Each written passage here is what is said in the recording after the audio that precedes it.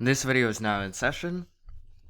For this video, I guess this gerrymander and redistricting series video, I'm gonna combine every single state that has two congressional districts. So there are 5 of these: Hawaii, Idaho, Montana. Montana currently has one congressional district, but they're set to gain one between now and 2022. And then there's also West Virginia, who currently has 3 electoral votes, but or I guess 3 congressional districts, but is set to lose one. And then finally, we have New Hampshire. Rhode Island does have 2 congressional districts, but they are set to lose one of them and become a single congressional or a single at-large district. So that will be pretty interesting to see to see Representative Cicilline and the other representative from Rhode Island go against each other in the in 2022's Democratic primary. So let's start. So this is going to be a pretty quick pace video because there are 5 states to go through. So let's start from Hawaii, shall we? Hawaii is a very democratic state. It's one of the most democratic states in the union. Besides Vermont and District of Columbia. It has been getting a little more Republican over the years though, but it's still pretty Democratic. So this is the current boundaries that we have right now, and this is how it would gerrymander towards Democrats. Literally nothing would change because this map is already gerrymandered towards Democrats.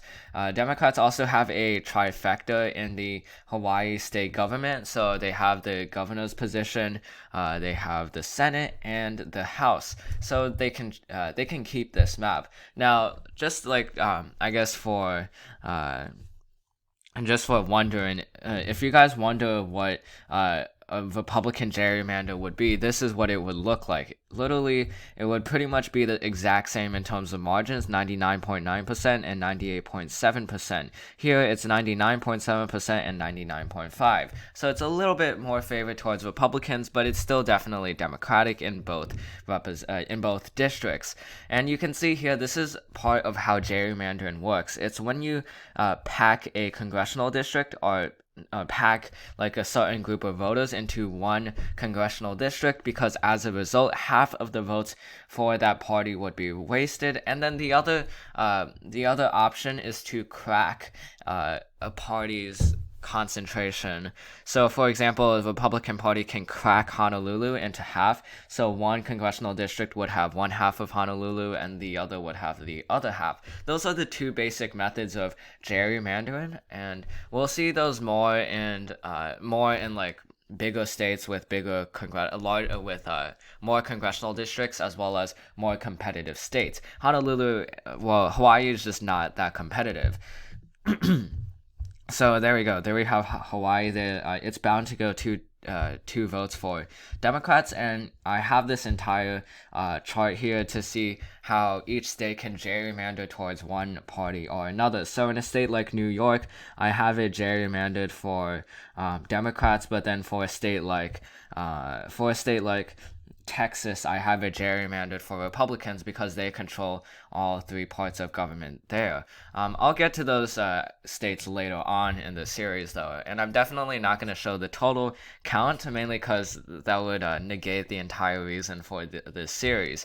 So that was Hawaii. Now let's go to Idaho. The inverse of Idaho, or the opposite of Idaho, is true in comparison to Hawaii. It's very Republican, and right now it's already gerrymandered for Republicans. If you try to gerrymander this for Democrats, it's not going to change much because Idaho is just a incredibly Republican state. So yeah, that's that. And Republicans are bound to have 2 votes there. For Montana's a little bit more interesting because they are gaining 1 electoral vote. So it will be fun to see how they proportion, I guess, the votes. The margin right here is Democrats have this is currently Montana's at-large district, the 2020 election, where Matt Rosendale won the district. He won the district. He was the, I guess, Republican candidate for the Montana gubernatorial race in 2016, but he lost that one to Steve Bullock. Now he ran for the House race, and he won that. He won it by 56.4 percentage points in comparison to Democrats' 43.6 percentage points. So if we were doing this pretty proportionally, I would give one congressional district to Democrats and one for Republicans. That said, it's definitely very easy for Republicans to gerrymander this and to have to give both of them to give both congressional districts to Republicans, given a 100% margin to 0% margin for Democrats. And how that would be done is they would crack all the cities, or Montana doesn't really have cities, it's more like towns, but they would crack all of them. So they would crack Missoula, they would crack Bozeman, which is around here, and then from there once they're able to crack all of those cities then and split them in half, then that's how they'll be able to win in both counties, in both congressional districts. And we can see the size of lead here. So the main thing is just crack in Missoula County and as well as Gallatin County. Besides that, they're pretty fine. They'll be pretty fine. Yeah, okay, so that's Montana. Both of them are most likely going to go to Republicans. Actually, I just realized, Montana passed a law, I believe, that states that an independent commission must redistrict and not the state legislature. So that actually makes it a little more interesting. We could potentially see a one Democratic congressional district and one Republican congressional district. That said, I'm gonna just keep it at 2 for now, just to see if Republicans will rig I guess the redistricting process in favor towards them using the independent commission. So that is Montana. Now let's go to West Virginia. West Virginia is exactly like Idaho. It's very Republican. But that said, West Virginia used to actually be pretty Democratic, but it has shifted a lot towards Republicans ever since I believe the Bill Clinton era. It shifted very hard to the right. And now we can see that all 3 congressional districts have a very high chance of going to Republicans. Now, Republicans are going to lose one congressional district, which means that one of these representatives will have to go against another Republican representative in 2022.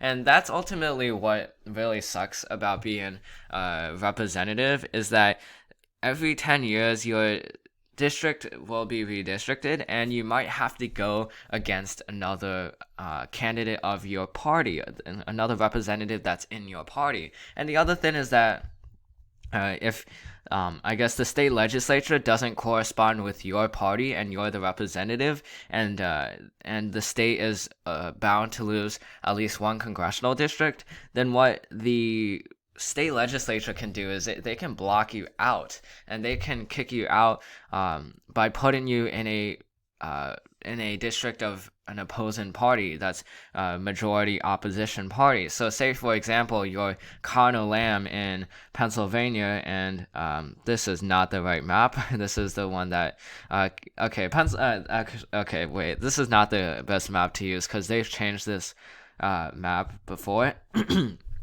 But let's just say you're Connor Lamb in the 12th district and you're a Democrat. Now, obviously, this isn't realistic, but we'll just assume that this is how it happens. So imagine that you're Connor Lamb, and then Pennsylvania loses one congressional district. Then what the Republican Party of Pennsylvania can do, who controls both the state House and the Senate, is then block Connor Lamb out by putting him in an incredibly Republican district. So that's how that's like the part that really sucks about being a representative from your state. But yeah, that's pretty much what's going to happen in West Virginia. But both congressional districts that will arise from West Virginia are definitely going to be Republican.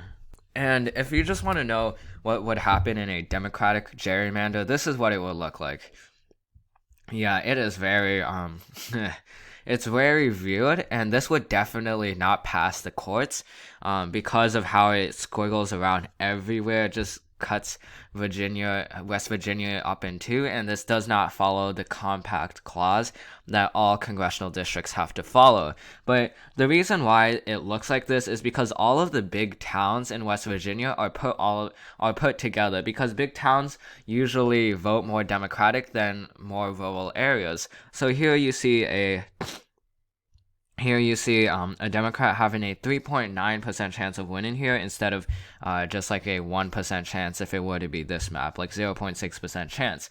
And what it does is it puts all the cities together and the big towns, so that Democrats can have a higher chance of winning.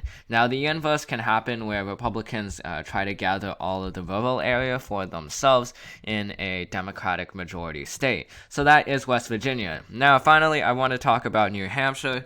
New Hampshire, I brought this last because this is probably the most interesting out of all the states, besides actually not besides Montana. I'd say in terms of ranking the interestingness of each of these states redistricting, I would say New Hampshire is most interesting, then it would be Montana, and then afterwards I would put it as West Virginia, then Idaho, and Hawaii would be tied. So New Hampshire, the reason why I find this interesting is that in 2010, when this was redistricted, Democrats only controlled the governor's race, or the governor's mansion, but for Republicans, they were able to control both the state Senate, as you can see right here, Republican takeover, as well as the state house, right here, Republican takeover.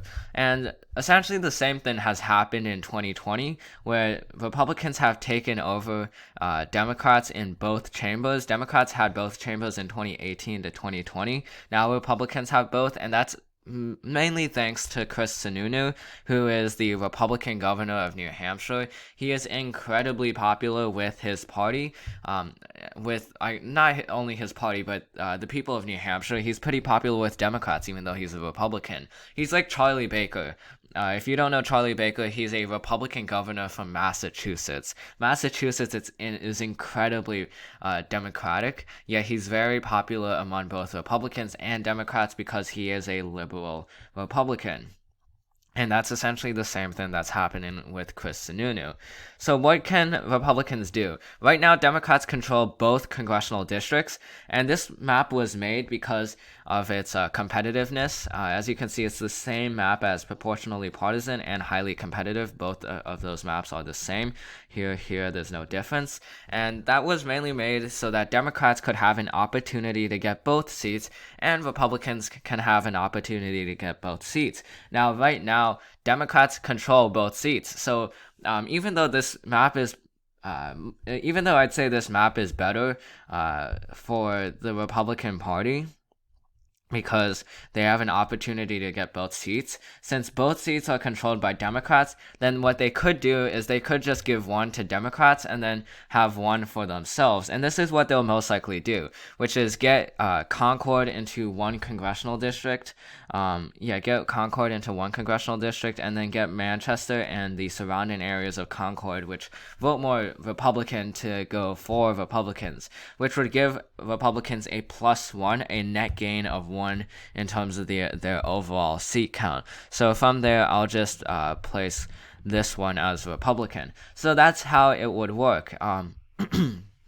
That's our first flip, I guess, of the day due to redistricting.